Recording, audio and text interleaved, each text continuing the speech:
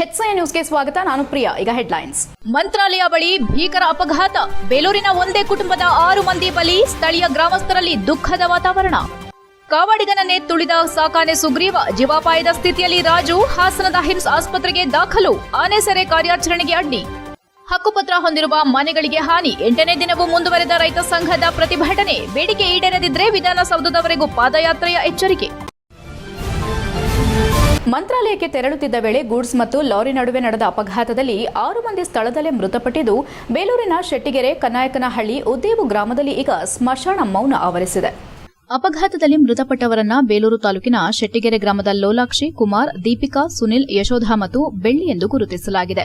ಇವರು ಏಪ್ರಿಲ್ 15ರಂದು ಮಧ್ಯಾಹ್ನ ತಮ್ಮ ಗ್ರಾಮದಿಂದ ದೇವಸ್ಥಾನಕ್ಕೆ ತೆರಳಲು ಸರಕು ವಾಹನದಲ್ಲಿ ಪ್ರಯಾಣಿಸುತ್ತಿದ್ದ ವೇಳೆ ಬೆಳಗಿನ ಜಾವ ಸುಮಾರು 4 ಗಂಟೆ ವೇಳೆಗೆ ಅಪಘಾತ ನಡೆದಿದೆ ಎಂದು ತಿಳಿದು ಬಂದಿದೆ. ಮಂತ್ರಾಲಯದ ಸಮೀಪ ಈ ದುರ್ಘಟನೆಯಲ್ಲಿ ಒಂದೇ ಕುಟುಂಬದ 6 ಮಂದಿ ದಾರುಣವಾಗಿ ಸಾವನ್ನಪ್ಪಿದ್ದಾರೆ. ಅಪಘಾತದ ರಭಸಕ್ಕೆ ಗೂಡ್ಸ್ ವಾಹನ ನುಜ್ಜುಗುಜ್ಜಾಗಿದೆ ಎನ್ನಲಾಗಿದೆ. ಈ ಘಟನೆ ಸ್ಥಳೀಯರಲ್ಲಿ ದುಃಖದ ವಾತಾವರಣವನ್ನು ನಿರ್ಮಿಸಿದ್ದು, ಪ್ರಕರಣದ ಕುರಿತು ಪೊಲೀಸರು ತನಿಖೆ ನಡೆಸುತ್ತಿದ್ದಾರೆ. ಬೇಲೂರು ತಾಲೂಕಿನ 3 ಗ್ರಾಮದ ಸಂಬಂಧಿಕರ ಕುಟುಂಬಗಳು ಒಟ್ಟಿಗೆ ಮನೆಯನ್ನ ಬೀಗ ಹಾಕಿ ದೇವರ ದರ್ಶನಕ್ಕಾಗಿ ಹೊರಟಿದ್ದರೆಂದು ತಿಳಿದು ಬಂದಿದೆ. ಆದರೆ ದುರದೃಷ್ಟವಶಾತ್ ಮಂತ್ರಾಲಯದ ಬಳಿ ಸಂಭವಿಸಿದ ಭೀಕರ ಅಪಘಾತದಲ್ಲಿ 6 ಮಂದಿ ಸ್ಥಳದಲ್ಲೇ ಪ್ರಾಣ ಕಳೆದುಕೊಂಡಿದ್ದಾರೆ. HIN news, Belur. ಮಧ್ಯಾಹ್ನ 12 ಗಂಟೆಗೆ ಹೋಗಿದ್ದಾರೆ. ಅವರ ಈ ಲೋಲಾಕ್ಷನವ್ರ ಮಕ್ಕಳು, ಹೆಣ್ಮಕ್ಳಿಬ್ರು, ಪಟೇಲ ಅಂತೇಳಿ, ಆಮೇಲೆ ಪುಟ್ಟರಾಜ್ ಅವರು 12 ಗಂಟೆ 21 ಜನ. ಒಂದೇ ಫ್ಯಾಮಿಲಿ, ಒಂದೇ ಫ್ಯಾಮಿಲಿ, ಪಕ್ಕದ ಮನೆ. ಕುಮಾರ್ ಅವರೇ ಓನರು. ಹಾಸನ ಜಿಲ್ಲೆ ಬೇಲೂರು ತಾಲೂಕಿನ ಬಿಕ್ಕೋಡು ಗ್ರಾಮದ ತಾತ್ಕಾಲಿಕ ಸಾಕಾನೆ ಕ್ಯಾಂಪ್ನಲ್ಲಿ ನಡೆದ ಭೀಕರ ಘಟನೆಯೊಂದು ಆತಂಕ ಮೂಡಿಸಿದ್ದು, ಕಾಡಾನೆ ಸೆರೆ ಕಾರ್ಯಾಚರಣೆಗೆ ಬಳಸಲಾಗುತ್ತಿದ್ದ ಸಾಕಾನೆ ಸುಗ್ರೀವ ಕಾವಾಡಿಗನ ಮೇಲೆಯೇ ದಾಳಿ ನಡೆಸಿ ತುಳಿದ ಪರಿಣಾಮ ರಾಜು ಎಂಬಾತ ಗಂಭೀರವಾಗಿ ಗಾಯಗೊಂಡು ತಕ್ಷಣ ಹಾಸನದ ಹಿಮ್ಸ್ ಆಸ್ಪತ್ರೆಗೆ ತುರ್ತು ವಾಹನದಲ್ಲಿ ರವಾನಿಸಿ ಸೂಕ್ತ ಚಿಕಿತ್ಸೆ ನೀಡಲಾಗುತ್ತಿದೆ. ಮಾಹಿತಿಯಂತೆ ನಿನ್ನೆ ಸೆರೆ ಹಿಡಿದ ಬಳಿಕ ತಪ್ಪಿಸಿಕೊಂಡು ಹೋಗಿದ್ದ ನರಹಂತಕ ಒಂಟಿಕೋರೆ ಕಾಡಾನೆಯನ್ನ ಮರು ಸೆರೆ ಹಿಡಿಯಲು ಅರಣ್ಯ ಇಲಾಖೆ ಅಧಿಕಾರಿಗಳು, ಮಾವುತರು ಹಾಗೂ ಕಾವಾಡಿಗರು ಬೆಳಗಿನಿಂದಲೇ ಸಿದ್ದತೆ ನಡೆಸುತ್ತಿದ್ದರು. ಕ್ಯಾಂಪ್ ಪ್ರದೇಶದಲ್ಲಿ ಕಾರ್ಯಾಚರಣೆಗೆ ಸಂಬಂಧಿಸಿದ ಚಟುವಟಿಕೆಗಳು ನಡೆಯುತ್ತಿದ್ದ ವೇಳೆ ಆಕಸ್ಮಿಕವಾಗಿ ಸಾಕಾನೆ ಸುಗ್ರೀವ ಆಕ್ರೋಶಗೊಂಡು ನಿಯಂತ್ರಣ ತಪ್ಪಿದೆ. ಈ ಸಂದರ್ಭದಲ್ಲಿ ಸಮೀಪದಲ್ಲಿದ್ದ ಕಾವಾಡಿಗ ರಾಜು ಮೇಲೆ ದಾಳಿ ನಡೆಸಿದ ಸುಗ್ರೀವ ಅವನನ್ನ ತುಳಿದು ಗಂಭೀರವಾಗಿ ಗಾಯಗೊಳಿಸಿದೆ. ದಾಳಿಯ ತೀವ್ರತೆಯಿಂದ ರಾಜು ನೆಲಕ್ಕುರುಳಿದ್ದು, ಸ್ಥಳದಲ್ಲಿದ್ದ ಇತರೆ ಸಿಬ್ಬಂದಿ ಆತಂಕಗೊಂಡು ತಕ್ಷಣ ನೆರವಿಗೆ ಧಾವಿಸಿದ್ದಾರೆ. ಗಾಯಗೊಂಡ ರಾಜುವಿಗೆ ತುರ್ತು ಚಿಕಿತ್ಸೆ ನೀಡುವ ಸಲುವಾಗಿ ಕೂಡಲೇ ಆಂಬ್ಯುಲೆನ್ಸ್ ಮೂಲಕ ಹಾಸನ ನಗರದ ಜಿಲ್ಲಾ ಹಿಮ್ಸ್ ಆಸ್ಪತ್ರೆಗೆ ರವಾನೆ ಮಾಡಲಾಗಿದ್ದು, ಅಲ್ಲಿ ವೈದ್ಯರು ಚಿಕಿತ್ಸೆ ನೀಡುತ್ತಿದ್ದಾರೆ. ವೈದ್ಯಕೀಯ ಮೂಲಗಳ ಪ್ರಕಾರ ರಾಜುವಿನ ಸ್ಥಿತಿ ಗಂಭೀರವಾಗಿದ್ದು, ನಿಗಾವಹಿಸಲಾಗಿದೆ ಎಂದು ತಿಳಿದು ಬಂದಿದೆ. ಈ ಘಟನೆಯಿಂದ ಕ್ಯಾಂಪ್ ಪ್ರದೇಶದಲ್ಲಿ ಕೆಲಕಾಲ ಗೊಂದಲ ಮತ್ತು ಭೀತಿ ಉಂಟಾಯಿತು. ಅರಣ್ಯ ಇಲಾಖೆ ಸಿಬ್ಬಂದಿ ಮತ್ತು ಮಾವುತರು ತಕ್ಷಣ ಕ್ರಮ ಕೈಗೊಂಡು ಸಾಕಾನೆ ಸುಗ್ರೀವನನ್ನ ನಿಯಂತ್ರಣಕ್ಕೆ ತರಲು ಪ್ರಯತ್ನಿಸಿದ್ರು. ಕಾರ್ಯಾಚರಣೆ ನಡೆಯುತ್ತಿರುವ ಸಂದರ್ಭದಲ್ಲೇ ಇಂತಹ ಘಟನೆ ಸಂಭವಿಸಿರುವುದು ಅಧಿಕಾರಿಗಳಿಗೆ ಸವಾಲಾಗಿ ಪರಿಣಮಿಸಿದೆ. ಕಾಡಾನೆ ಸೆರೆ ಕಾರ್ಯಾಚರಣೆಗಳು ಸ್ವಭಾವತಃ ಅಪಾಯಕಾರಿಯಾಗಿರೋದ್ರಿಂದ ಕಾಡಾನೆಗಳ ನಡೆನುಡಿಗಳನ್ನು ನಿಖರವಾಗಿ ಗಮನಿಸಿ ಹೆಚ್ಚಿನ ಮುನ್ನೆಚ್ಚರಿಕೆ ಕ್ರಮಗಳನ್ನು ಕೈಗೊಳ್ಳಬೇಕೆಂಬ ಅಗತ್ಯತೆ ಸ್ಪಷ್ಟವಾಗಿದೆ. ಈ ಘಟನೆ ನಂತರ ಕ್ಯಾಂಪ್ನಲ್ಲಿ ಭದ್ರತೆ ಹೆಚ್ಚಿಸಲಾಗಿದ್ದು, ಮುಂದಿನ ಕಾರ್ಯಾಚರಣೆಗೆ ವಿಶೇಷ ಎಚ್ಚರಿಕೆ ವಹಿಸಲಾಗಿದೆ. ಸ್ಥಳೀಯರು ಹಾಗೂ ಸಿಬ್ಬಂದಿಗಳಲ್ಲಿ ಘಟನೆ ಆತಂಕ ಮೂಡಿಸಿದ್ದು, ಗಾಯಗೊಂಡ ರಾಜು ಶೀಘ್ರ ಗುಣಮುಖರಾಗಲಿ ಎಂದು ಪ್ರಾರ್ಥನೆ ಮಾಡಲಾಗಿದೆ. ಹಾಸನ ನಗರದ ಹಿಮ್ಸ್ ಆಸ್ಪತ್ರೆಗೆ ಗಾಯಾಳು ನೋಡಲು ಜನಜಂಗುಳಿ ಕಂಡುಬಂದಿದೆ. HIN news, Hassan. ಆಶ್ರಯ ಯೋಜನೆಯಡಿ ಕಾನೂನುಬದ್ಧ ಹಕ್ಕುಪತ್ರ ಹೊಂದಿರುವ ಮನೆಗಳನ್ನು ಹಾನಿಗೊಳಿಸಿರುವುದನ್ನು ಖಂಡಿಸಿ ಸೂಕ್ತ ಪರಿಹಾರ ಹಾಗೂ ಪುನರ್ವಸತಿ ಒದಗಿಸುವಂತೆ ಆಗ್ರಹಿಸಿ ರೈತ ಸಂಘದ ಹೋರಾಟ 8ನೇ ದಿನವೂ ಡಿಸಿ ಕಚೇರಿ ಆವರಣದಲ್ಲಿ ಮುಂದುವರೆದಿದೆ. ಬೇಡಿಕೆ ಈಡೇರದಿದ್ರೆ ನಮ್ಮ ರೈತ ಸಂಘದ ರಾಜ್ಯಾಧ್ಯಕ್ಷರಾದ ಕೋಡಿಹಳ್ಳಿ ಚಂದ್ರಶೇಖರ್ ನೇತೃತ್ವದಲ್ಲಿ ಸಭೆ ಸೇರಿ ಇಲ್ಲಿಂದ ವಿಧಾನಸೌಧದವರೆಗೂ ಪಾದಯಾತ್ರೆ ಹಮ್ಮಿಕೊಳ್ಳಲಾಗುತ್ತದೆ ಎಂದು ಸಂಘದ ಜಿಲ್ಲಾಧ್ಯಕ್ಷ ಬಾಬು ಎಚ್ಚರಿಸಿದರು. ರೈತ ಸಂಘದ ಬಾಬು ಮಾತನಾಡಿ, ಹಾಸನ ಜಿಲ್ಲೆಯ ಅರ್ಕಲ್ಗೂಡು ತಾಲೂಕು ಎಬಿಎಂ ಹಳ್ಳಿ ನಿವಾಸಿಗಳಿಗೆ 1991-92ರಲ್ಲಿ ತಹಸೀಲ್ದಾರ್ ಅವರಿಂದ ಆಶ್ರಯ ಯೋಜನೆಯಡಿಯಲ್ಲಿ ಕಾನೂನುಬದ್ದವಾಗಿ ನಿವೇಶನ ಹಂಚಿಕೆ ಮಾಡಲಾಗಿತ್ತೆಂದು ವಿವರಿಸಿದ್ರು. ಆ ನಿವೇಶನಗಳಲ್ಲಿ ಮನೆಗಳನ್ನು ನಿರ್ಮಿಸಿಕೊಂಡು ದಶಕಗಳಿಂದ ವಾಸವಾಗಿದ್ದೇವೆ ಎಂದು ತಿಳಿಸಿದ್ರು. ಆದರೆ ಇತ್ತೀಚೆಗೆ ಸ್ಥಳೀಯ ಜನಪ್ರತಿನಿಧಿಗಳ ಒತ್ತಡದ ಮೇರೆಗೆ ಯಾವುದೇ ಪೂರ್ವ ನೋಟಿಸ್ ನೀಡದೆ ಹಾಗೂ ಕಾನೂನು ಪ್ರಕ್ರಿಯೆ ಅನುಸರಿಸದೆ ಮನೆಗಳಿಗೆ ಹಾನಿ ಮಾಡಲಾಗಿದೆ ಎಂದು ಗಂಭೀರವಾಗಿ ಆರೋಪಿಸಿದ್ರು. ಕೆಲ ಮನೆಗಳ ಗೋಡೆಗಳನ್ನು ಕೆಡವಲಾಗಿದ್ದು, ಕೆಲವು ಮನೆಗಳನ್ನು ತೆರವುಗೊಳಿಸಲು ಯತ್ನಿಸಲಾಗಿದೆ. ಇದರಿಂದ ಕುಟುಂಬಗಳು ಆತಂಕದ ವಾತಾವರಣದಲ್ಲಿ ದಿನ ಕಳೆಯುವಂತಾಗಿದೆ ಎಂದರು. ಹಕ್ಕುಪತ್ರದ ಆಧಾರದ ಮೇಲೆ ವಾಸಸ್ಥಳವನ್ನು ರಕ್ಷಣೆ ಮಾಡಬೇಕು. ಯಾವುದೇ ಸಾರ್ವಜನಿಕ ಯೋಜನೆಗಾಗಿ ಜಾಗ ಬೇಕಾದಲ್ಲಿ ಕಾನೂನುಬದ್ಧ ಪರಿಹಾರ ಮತ್ತು ಪುನರ್ವಸತಿ ಒದಗಿಸಬೇಕೆಂದು ಆಗ್ರಹಿಸಿದರು. ನಮ್ಮ ನ್ಯಾಯಯುತ ಬೇಡಿಕೆ ಈಡೇರದಿದ್ರೆ ಕೆಲ ದಿನಗಳಲ್ಲೇ ರೈತ ಸಂಘದ ರಾಜ್ಯಾಧ್ಯಕ್ಷರಾದ ಕೊಡಿಹಳ್ಳಿ ಚಂದ್ರಶೇಖರ್ ಜೊತೆ ಸಭೆ ಸೇರಿ ಇಲ್ಲಿಂದ ವಿಧಾನಸೌಧದವರೆಗೂ ಪಾದಯಾತ್ರೆ ಹಮ್ಮಿಕೊಳ್ಳುವ ನಿರ್ಧಾರ ಕೈಗೊಳ್ಳುವುದಾಗಿ ಎಚ್ಚರಿಕೆ ನೀಡಿದರು. ಪ್ರತಿಭಟನೆಯಲ್ಲಿ ರೈತ ಸಂಘದ ಮುಖಂಡರಾದ ಪವಿತ್ರ, ಅಕ್ಮಲ್ ಪಾಷಾ, ವಿಠಲ್ ಸೇರಿದಂತೆ ಹಲವಾರು ರೈತರು ಹಾಗೂ ಮಹಿಳೆಯರು ಭಾಗವಹಿಸಿದ್ದರು. HCN news Hassan. ಇವತ್ತಿಗೆ 8 ದಿವಸ ಪ್ರತಿಭಟನೆ, 8ನೇ ದಿವಸಕ್ಕೆ ಕಾಲಿಟ್ಟಿದೆ ನಮ್ಮ ಹೋರಾಟ. ಈಗಲಿಂದ ಜಿಲ್ಲಾಧಿಕಾರಿ ಅವರು ಈ ಕಡೆ ಏನಿಗೆ ಬಂದಿದ್ದೀರಾ, ನೀವು ಏನು ನಿಮ್ಮ ಸಮಸ್ಯೆ ಏನು ಅನ್ನೋದು ಜಿಲ್ಲಾಧಿಕಾರಿ ಅವರು ಬಂದು ನಮಗೆ ತಿರುಗಿ ನೋಡಿಲ್ಲ. ಆದರೆ ಪ್ರತಿಭಟನೆ ಇವರು ಹಿಂಗೆ ಕುತ್ಕೊಂಡು ಎದ್ದೋಲಿ ಅಂತ ತಿಳ್ಕೊಂಡಿರೋದು ಅಂದರೆ ಇವ್ರು ಕನಸು ಮಾತು. ನಾವು ಯಾವುದೇ ಕಾರಣಕ್ಕೂ ಈ ಮನೆಗಳದು ತೀರ್ಮಾನ ಆಗಿನ ತಕ ಆ ಬಡವ್ರನ್ನ ಮನೆ ಸಿಕ್ಕಿನ ತಕನೂ ನಾವು ಇಲ್ಲಿ ಅನಿರ್ದಿಷ್ಟ ಕಾಲ ಧರಣಿ ಅಂತ ನೀಡಿದ್ವಿ. ಇನ್ನು ಮುಂದೆ ರೂಪನ ಚೇಂಜ್ ಮಾಡಬೇಕಾಗುತ್ತೆ. ಇನ್ನು ಇವತ್ತು ನಮ್ಮ ರಾಜ್ಯಾಧ್ಯಕ್ಷರಾಗಿರೋಂಥ ಕೊಡಳ್ಳಿ ಚಂದ್ರಶೇಖರ್ ಅವ್ರನ್ನ ಒಂದು ತೀರ್ಮಾನ ತಗೋತೀವಿ ಸಂಜೆ ಮೇಲೆ. ತಗೊಂಡು ಏನಾರ ಅಕಸ್ಮಾತ್ ಇವರು ಜಿಲ್ಲಾಡಳಿತ ಇಲ್ಲಿ ಈತೋ ಇಲ್ಲೋ ಅನ್ನೋದು ಹೋಗ್ಬಿಟ್ಟಿದೆಯೋ, ನಗದು ಬಿದ್ದು ಹೋಗಿದೆಯೋ ಅಂತಲೂ ನಮಗೆ ಅರ್ಥ ಆಯ್ತಲ್ಲ. ಏನು ಸರ್ಕಾರಕ್ಕೆ ಗಮನಕ್ಕೆ ಇಲ್ಲಿಂದ ಹೋಯ್ತೈತೋ ಇಲ್ಲೋ ಅನ್ನೋದು ಗೊತ್ತಿಲ್ಲ.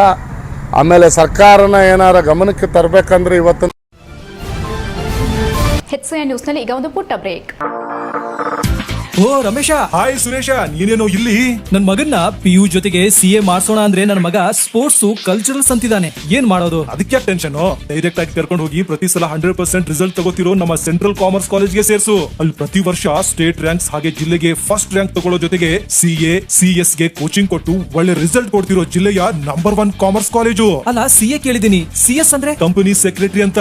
ಅದು CA ತರನೇ ಪ್ರೊಫೆಷನಲ್ ಕೋರ್ಸು. ಇಡೀ ಜಿಲ್ಲೆಯಲ್ಲಿ CS ಗೆ ಕೋಚಿಂಗ್ ಕೊಡ್ತಿರೋದು ಇದೊಂದೇ ಕಾಲೇಜು. ಜೊತೆಗೆ PU ಡಿಗ್ರಿ ಎಲ್ಲ ಸ್ಟೂಡೆಂಟ್ಸ್ ಗೂ advance excel, SAP, Tally, power BI ತರ ಆಡ್ ಆನ್ ಕೋರ್ಸ್ ಗಳು ಇವೆ. ಇಷ್ಟೇ ಅಲ್ಲಪ್ಪ, ಡಿಗ್ರಿ ಸ್ಟೂಡೆಂಟ್ಸ್ ಗೆ ಪ್ಲೇಸ್ಮೆಂಟ್ ಟ್ರೈನಿಂಗ್ ಕೊಟ್ಟು ಕ್ಯಾಂಪಸ್ ಇಂಟರ್ವ್ಯೂ ಮಾಡಿಸ್ತಾರೆ. ಮತ್ತೆ ಪ್ರತಿ ವರ್ಷ ಕಾಲೇಜಿನ 50 ರಿಂದ 60 ವಿದ್ಯಾರ್ಥಿಗಳು ಒಳ್ಳೊಳ್ಳೆ ಕಂಪನಿಗೆ ಸೆಲೆಕ್ಟ್ ಆಗ್ತಿದ್ದಾರೆ. ಜೊತೆಗೆ ಸ್ಪೋರ್ಟ್ಸ್ ನಲ್ಲಿ ಈ ಕಾಲೇಜ್ ನ ಮಕ್ಕಳು ಸ್ಟೇಟ್ ಮತ್ತೆ ನ್ಯಾಷನಲ್ಸ್ ಗೂ ಹೋಗ್ತಾರೆ. ಕಲ್ಚರಲ್ಸ್ ಗೆ ಟ್ಯಾಲೆಂಟ್ ಹಂಟ್ ಅಂತ ಹಬ್ಬನೇ ಮಾಡ್ತಾರೆ. ಹಾಗಾದ್ರೆ ಕಾಮರ್ಸ್ ಮಕ್ಕಳಿಗೆ ಬೇಕಿರೋ A to Z ಇದೊಂದೇ ಕಾಲೇಜ್ ನಲ್ಲಿ ಸಿಗುತ್ತೆ ಅಂತ ಆಯ್ತು. ಹೌದು, ಹುಡುಗರಿಗೂ ಹುಡುಗಿಯರಿಗೂ ಪ್ರತ್ಯೇಕ ಹಾಸ್ಟೆಲ್ ವ್ಯವಸ್ಥೆ ಕೂಡ ಇದೆ. ಅದೇ ನಮ್ಮ ಸೆಂಟ್ರಲ್ ಕಾಮರ್ಸ್ ಕಾಲೇಜ್.